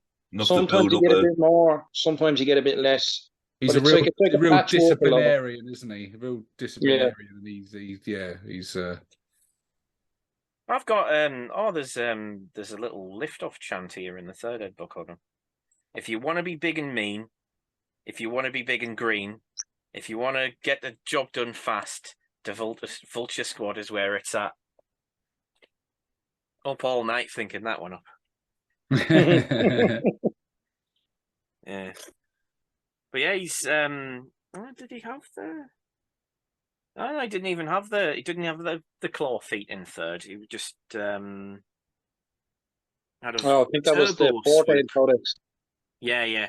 Yeah. Apparently Turbo he got his timing wrong in a joint charge with some Death Copters and went in feet first, slightly behind them. I'll tell you one of my favourite characters, actually. New pair of boots as well. It's quite sad. One of my favourite characters, the Orc Warboss of the Broken Tooth tribe, Gashnat Goldtooth. Oh, Hey, yeah. Now, now we're talking old school. I'll tell you what. Now, that is a character that is a real big deal, and yeah. But speaking of which, jokes aside, like that's probably in some ways is my real answer in a way. Is like I've always generally liked to create my own characters, and I've made the miniature, I've painted the miniature, I've got a name for my tribe and a name for my boss, and I have sort of scrawled out a very rough origin story lore for him that I do plan to sort of flesh out, and at some point sort of have a stab at making some kind of lore video on my channel to sort of talk about him and some of the other characters within my tribe. And I thought you were mentioning someone completely different, but you also made the closing point I wanted to make. That's nice. I'm glad. Yeah, there you go. Because I really, because that was the thing that I thought is that really the Orc characters I like are the ones that I make. Mm-hmm. I kind of feel kind of the same way. Like, Well, isn't that like a large part of like playing the faction? Is the whole idea is making your own character, and the Warboss in turn influences how the army looks and how it acts and how it behaves so much, so that each Orc army is very individualistic. Like, so the whole like thing for me is to make it your own. Like, make your own characters, put your own stamp on things, and give it your own sort of style as well. Even down to the converting. Like me and you and the rest of the lads could all convert a rhino, but we'll all do it our own way, put our own stamp on it and put our own clan colours on it, and make it our own thing.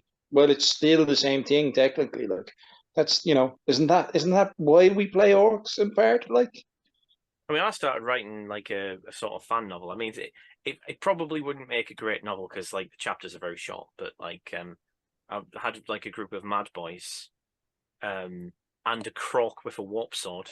It goes places. And I mean, that's one of the minis I made to represent one of them. It's the one with the flicking the off. You've seen it before. Kevin, Nice.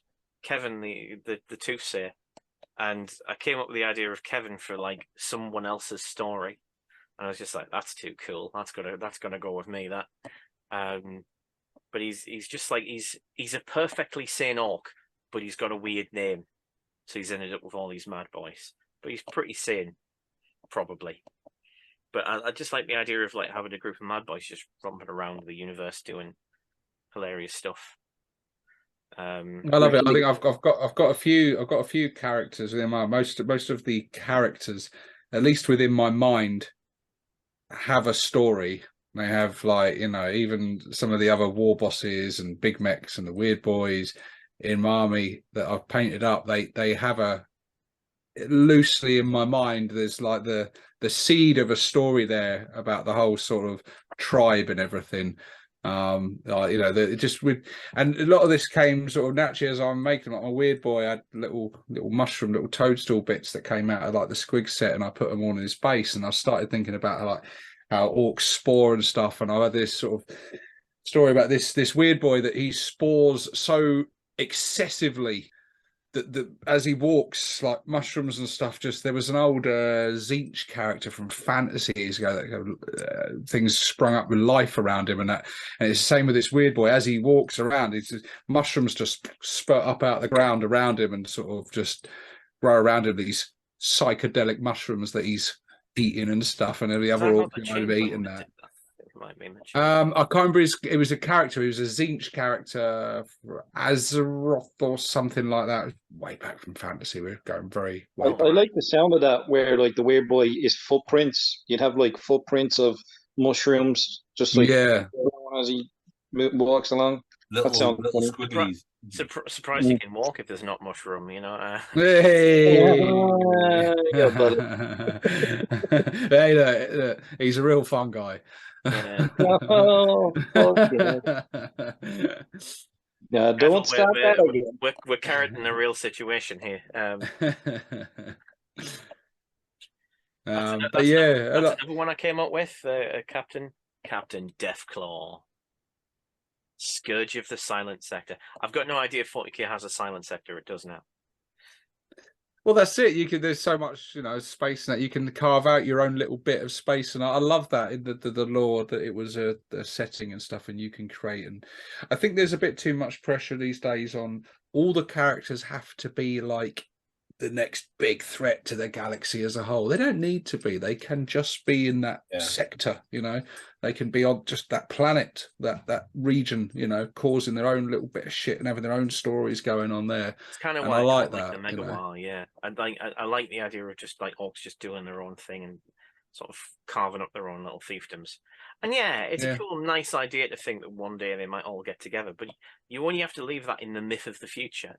Like, I mean, I suppose I can see why they're doing it, because obviously GW are trying to now do the point where, because the whole point of 40k lore at one point, I would say probably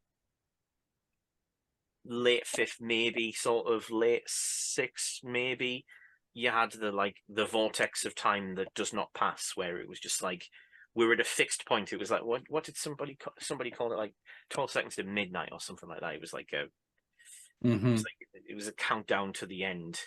And like if anybody took a couple of steps forward, factions disappear and chapters were destroyed and stuff. So the idea was they never moved it. Whereas now they're trying to make a more developing storyline, which I don't like, but it doesn't matter. It doesn't affect me. Well, that's because of how like the Eye of Terror campaign ended for them. They kind of stopped it for a while because they were like, what do we do? We did this big war campaign and the good guys didn't win. They kind of lost because they didn't, cooperate together. But Space being complacent, no. So I think that, so that was the legacy. Is that was in 6th edition the rule book. It was like a minute to midnight before everything falls apart. It was like, yeah, it was It was a interesting. shame because they did try to do a couple of those campaigns where they moved it along a little bit, and it's like, do a campaign and whoever wins will decide the future of the lore, and it's just like they never learned that lesson. Well, I mean, it's like us. If we give players an option to pick miniatures for us to then build and convert, it's like the smart thing to do would be to put up 3 options that you all would love to do instead of sure, they'll never pick this option. they'll never And pick you know the what battle happens? wagon. I have no idea what you're talking They'll about. never pick the no, most no, expensive fucking kit. No. yeah. Everyone loves a truck, mate. It's all Why right. would Sid told me the other day he's building one for each of us anyway, and then Yeah, the pretty audience much. can just Oh, vote yeah. for which is their favourite. He'll build 6 of them. It's At fine. this point, he basically is. Nearly there. Legend. Absolute fucking legend. Between himself and Clint, they're carrying this team on the building front, I tell you. Yeah. I mean, I have been thinking about getting back to orcs recently, but it's like half the time it's just thinking about Gorkamorka, which is I'm balls deep in Battletech, boys. That's what my problem is now at the moment. It's like, well, Yeah, get the with your Conqueror cards, if we're doing a shit. big mega battle, but it's like even 10th Ed, I'm like, yeah, there's tournaments to be organised and run over here, you know. You can't be swaying from the cause. Jesus. And Well- I backed that Mercenaries Kickstarter, and I really regret that immediately afterwards because I've got bills to pay. And Isn't that all for a miniature hairy 14 though? It's like, oh, Battle Wagon's like 90 odd quid now. It's like, Jesus Christ. I mean, it's cool looking, but fucking. there's no way. Like, I still want to take part in the little build off. I'm definitely going to make something, but I'm not buying a whole battle wagon kit to make my thing. I've already. Well, it's figured out you, how I'm mate. gonna You're cheat. gonna bend the. You're gonna bend the rules. I've already anyway, figured how I'm mate. going to cheat. It's great. No, be smart about it. Be smart about it. Like, if you think about it, back in the Tour Dead days, like battle wagons, what was the miniature everyone built the battle wagon out of? A Land Raider. Go onto eBay, find a shipbox Land Raider for like 12 quid, and fucking loot the shit out of it. Hey presto, battle wagon. Oh, I've got enough. I've got enough battle But wagon. the thing is, we're not supposed to be building battle wagons. That's the whole thing. Yeah. That's the one thing we're not supposed to be then- building out of it. Well, you know what? Is that how they go? I forgot. The Oh, yeah, natural that's the rules. progression for a battle wagon is like to, make it bigger and bigger until it gets to a battle fortress. So fucking knock yourself out, like, I'm already working on a battle fortress. I'll never finish it, but I'm already working on one. I did start on mine. Grot, I reached a very early stage, but I got to a point and I was like, it's not, I don't know. I just sort of got a bit stuck and it just got left to the side. And yeah. I know what I'm going to do, and it's incredibly stupid. So I really want to finish it because it's stupid. Because I was so gutted. I can't remember. I had ideas for almost everything else. And then when the battle wagon won, I'm like, oh, I just didn't even consider that as an option. I was so sure Bastards. I was so sure the truck was going to win. So I had all these ideas. But they know who I am. Going to make with the truck. I already knew what I was going to make with it as well. I was like, oh, fuck's sake. I had some brilliant ideas for what I thought were brilliant ideas for some of them, but the battle wagon wasn't one of them. No. Unfortunately, I thought it was going to be the truck. I'm like, it's a sure bet. Yeah. Like. I think I spoke too soon. As soon as I probably said to the viewers that, hey, I've got a stack of them, to get going. It's like, yeah, that's where I do myself. Yeah, I have to go digging for me battle wagon sprue wherever it is. I've got enough sprue to satisfy the rules of the build off. I've got enough to get going. And I just explained to the audience watching at home because some of you, it was so long ago. Some of you probably don't even, maybe have subscribed since then. Had subscribers since. We did a very successful at one point, which some of you will remember, our Squig Buggy build off competition. And the rules of the competition were simple. We all started off with a Squig Buggy kit, and we had to build something out of it, and it could be anything. Just couldn't be a Squig Buggy. And we all did that, and then you guys, the audience, voted for which was your favourite. Sid won that. There's Dims there. And it was really good fun. We all got involved. Mine's still in the box. 5 of us got involved. We did that. And then we thought, well, we'll do it again. But this time, we'll all come with what we think is the best kit for converting and let the audience vote on it. And who fucking bought the battle? Who said battle wagon? Who's to blame for this? Him. Was it you? Yeah, it was him. I remember. I wanted to pick the truck and had to pick something else, and I'm really carrying the can for this. I mean, granted, 4 of us deliberately picked the truck, like initially. Well, we did have to. We all agreed off camera that the truck was the best. Yeah, we're all like, well, it is the truck. Which was the barrel scraping going on? Didn't Clint pick the mech shop? Oh, fuck's sake! I wanted that to win. It was me and Clint that had no chance. I chose the mech gun, and he chose the mech shop. I mean, we really came with some curveballs. You kind of get moved on more gaming tables up and doing. Because I think my choice shops and once flying shops. The truck and the Death Dread were picked, and the flyer. The other 3 had to go right. We have to really think. Flyer kit's great.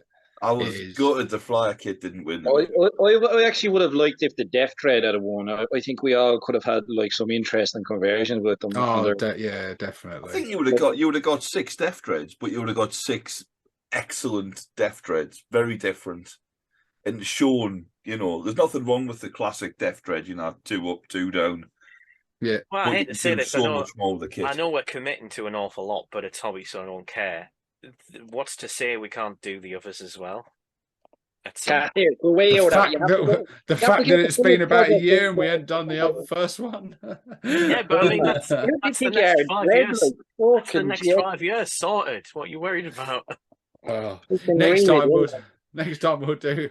Give us 1 Ork infantry miniature to convert. I've got ideas on that front, actually. Yeah, we'll do something little like a killer can or something. Who can build the best knob? Yes, that'd be good. Yeah, that'd be good. Yeah. Rate our knobs. Well, the thing about that is if we did that, we could create a squad of knobs and then do like a charity auction. That'd be cool. Stupid idea. Yeah, charity starts at home though, doesn't it? That's where it ends in my house. Yeah, they've been parting with something, wouldn't it? It'd be tough going. I mean, my bill fund would be quite a good one.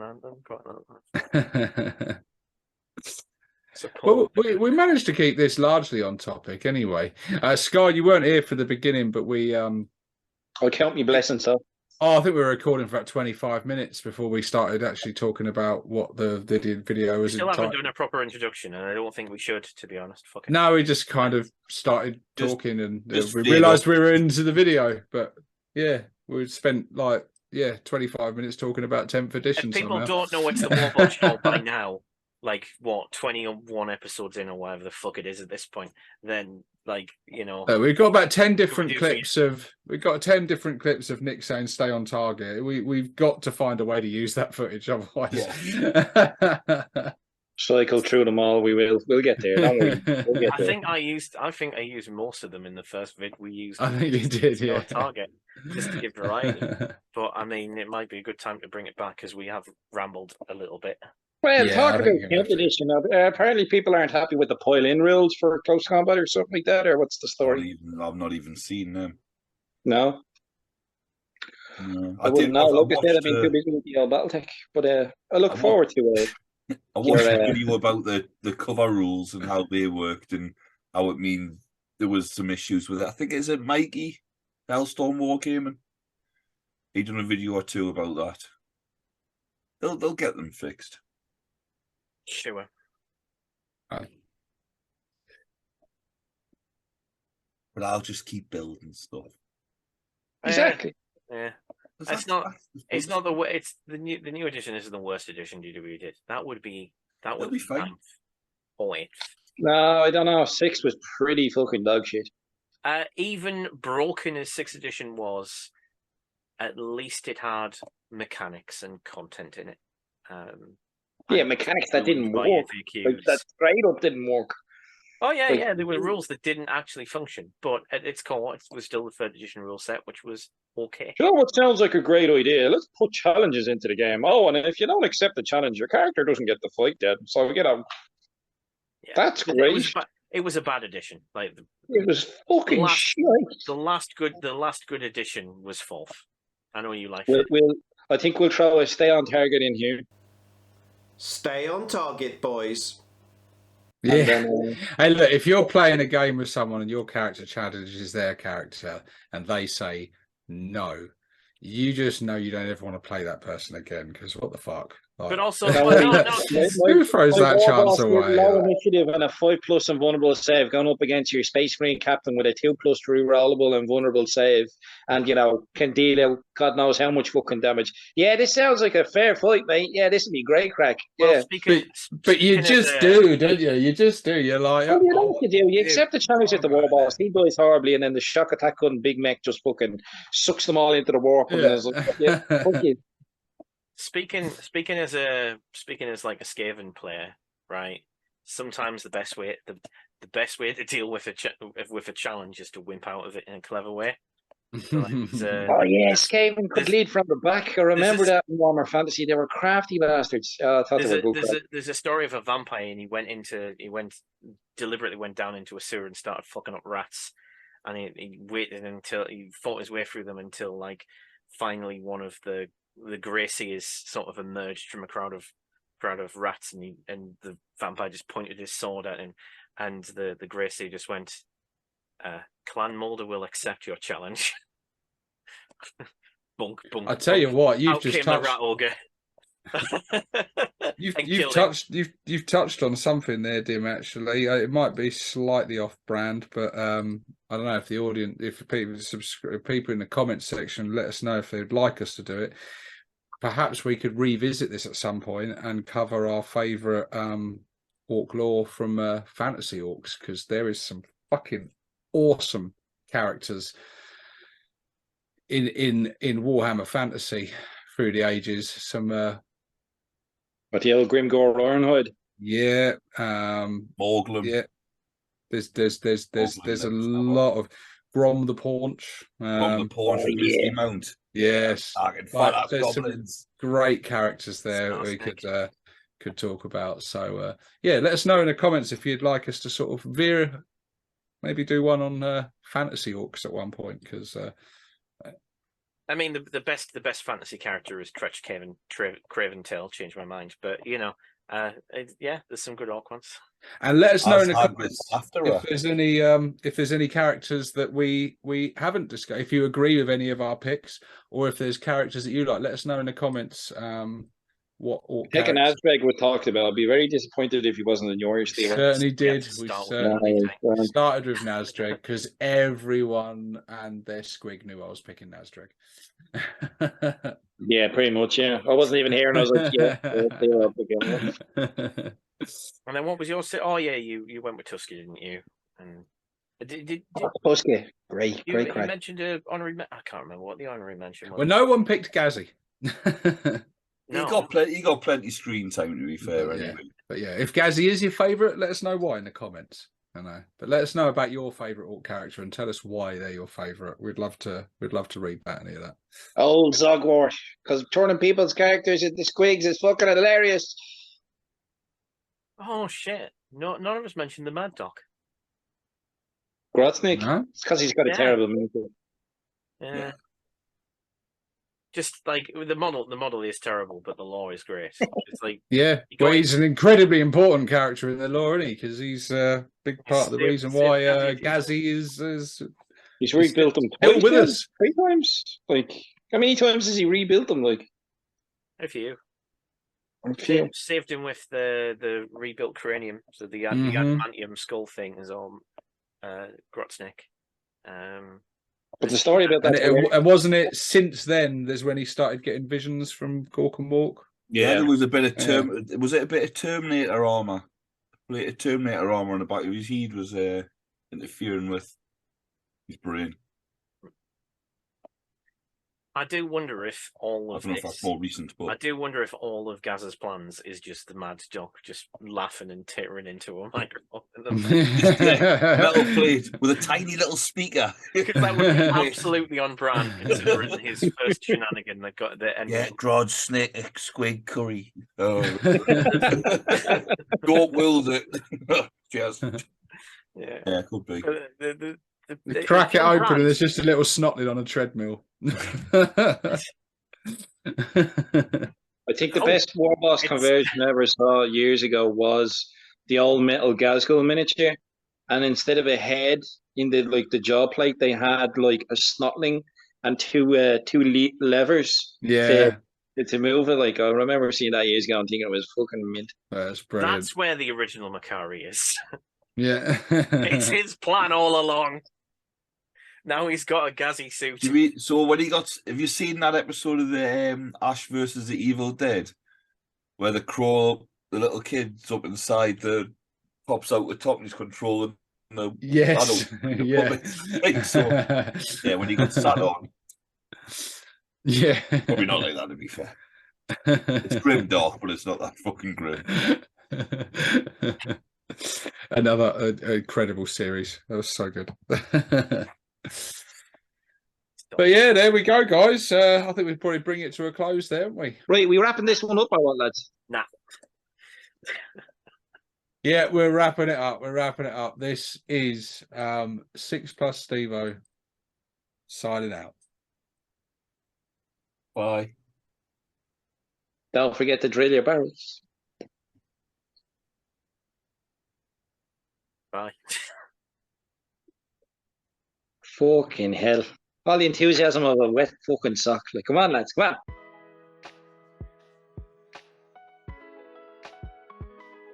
When this battle report actually does come out, there is footage of Dim enjoying 9th edition as well. Me and Dread filmed quite a bit. Me and Dread filmed quite a bit of stuff from the balcony through the glass, and we did not play. We got some gold. We played a proper version 40k where there was no things other than orcs. The only regret is that actually it was quite skewed. We've got a lot of footage of the southern team. I think next time talking. I think next time we needed a bit more of the northern team having some talks behind the scenes as well. We next time if we stick with the same teams. If Sid wants to stick with the fucking same team. Yeah, no, it's alright. Yeah, we'll have another one. Can I be teamed up with the two people who couldn't even monkeys anymore? That'd be lush, that. That'd be great. Hey, we still did a good sound, like I still had me out. To be fair, I turned Bob. I won. The rest of you fucking lost. Right? Viva the revolution. He needs a little red star on him now, Steve. You need to get the paints back out. I don't know. I think Dread being Billy Big Bollocks and putting his Warboss in the middle and then being genuinely surprised when they get shot off the fucking table. It's the fact that it wasn't even like, he used cunning by putting them there. Oh yeah. Oh, there's lots of them, isn't there? I was a little disappointed at how long it took him to deploy that fucking battle wagon. That was the only thing that harshed my mellow until the fucking Beast Snagger Riders happened. Those were the only two principal irritations in the game. I remember by the end of I've had a thought about that. The end of the thing of him saying about his buttery biscuit bases.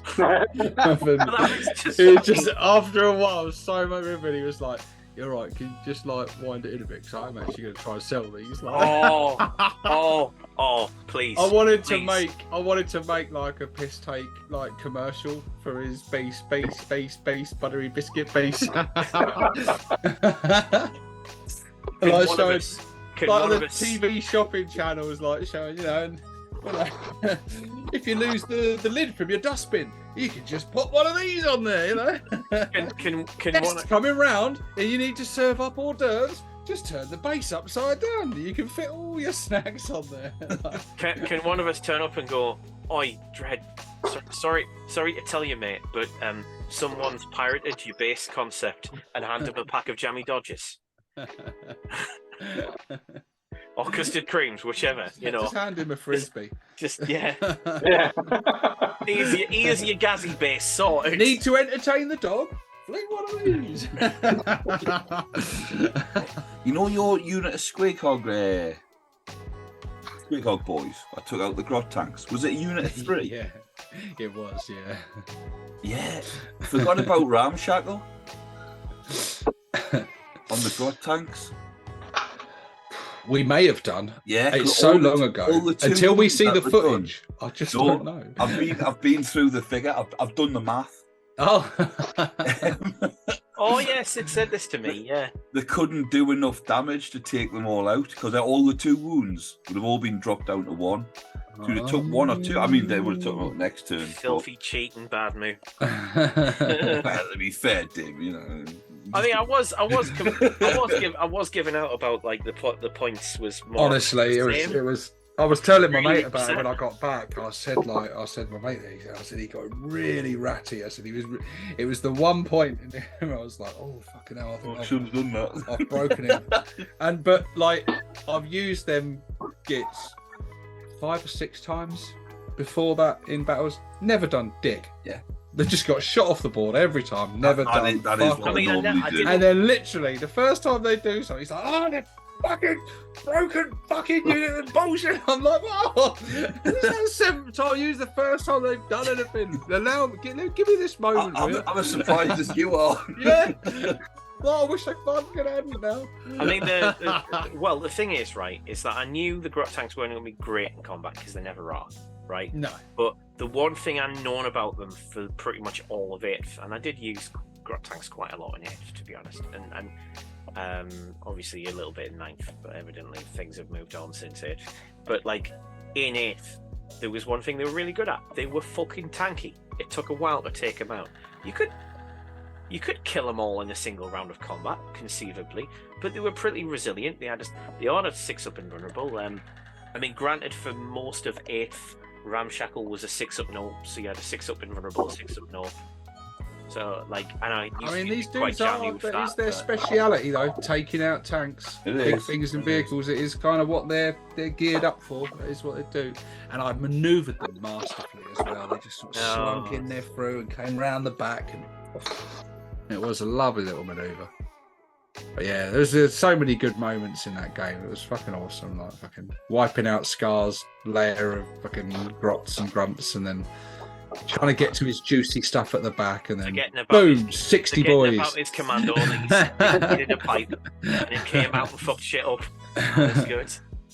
It was nice. We were having a great battle down our end. Very swingy. Push back and then push back, then push. I was in a great position because I basically got everything because I could see what was happening with Scar and Steve-O, and I was getting a little bit of stuff happening from Steve-O. I was getting a little bit of shit thrown at me from Artie. Probably Clint did the most damage to us, but Clint and Sid were almost playing their own game for most of the time. I remember calling across to you, Dim, at one point when I was doing my shooting phase, and there was nothing else for me to shoot at. I think you had like one grot exposed in the thing, and I was like, "Dim," and you were like, "What?" And pull you away from Dread for a minute. I'm like, "This custom mega cannon." You're like, "Yeah." Like, you're shooting at that grot, and you were like, "Ha! Brilliant!" Yeah. Just fun little stupid moments like that. It was just quality. Yeah, it was such good. The moment where me and you, Steve-O, I think we were playing, and then we looked down the other end of the table and we're like, "Where's all the miniatures gone?" What the fuck? Yeah. The power gamers down the other end down there. It was because we're both rocked up with very little in the way of units, just dreads and wagons, and so it's like every death was felt. Like I blinked, and Clint and Sid had done a shooting phase, and I looked back and like there was fucking half the models that I'd looked over there were gone. I was like, what the fuck just happened? But it was stuff like me Mega Dread. Mega Dread ran up the board, splattered his Warboss into the ground, who then fought back and smashed up the Mega Dread. So right there, both off. There we go. Right now, there's that. Oh, with that, I have to say that was a pretty fucking cool thing. Because was that a stratagem? Was it? That was the Orcs is never beaten. Yeah, that was that was cool. That was genuinely cool. That was an aspect of Ninth that I noticed. It's not built. Cats are fucking hilarious, man. Any packaging you're trying to open. Look at this fucking. Look at this ginger product. You think she's filmed? It's not filled. You're not being fed. It's a fucking. You're not gonna. It's not filled. Bless him. Gimme. I'll get you food now. Hold on. That's cute. Have you got a dried bit of spaghetti in your mouth? No, it's Oh. Look, I'll give you a snack before you. Is it a joss stick? I mean, it is in his mouth, so I mean, like the cat probably think, oh, that's probably edible. And it's a ginger, so chances are one of the other gingers of the world, or ginger cats of the world, currently has the brain cell.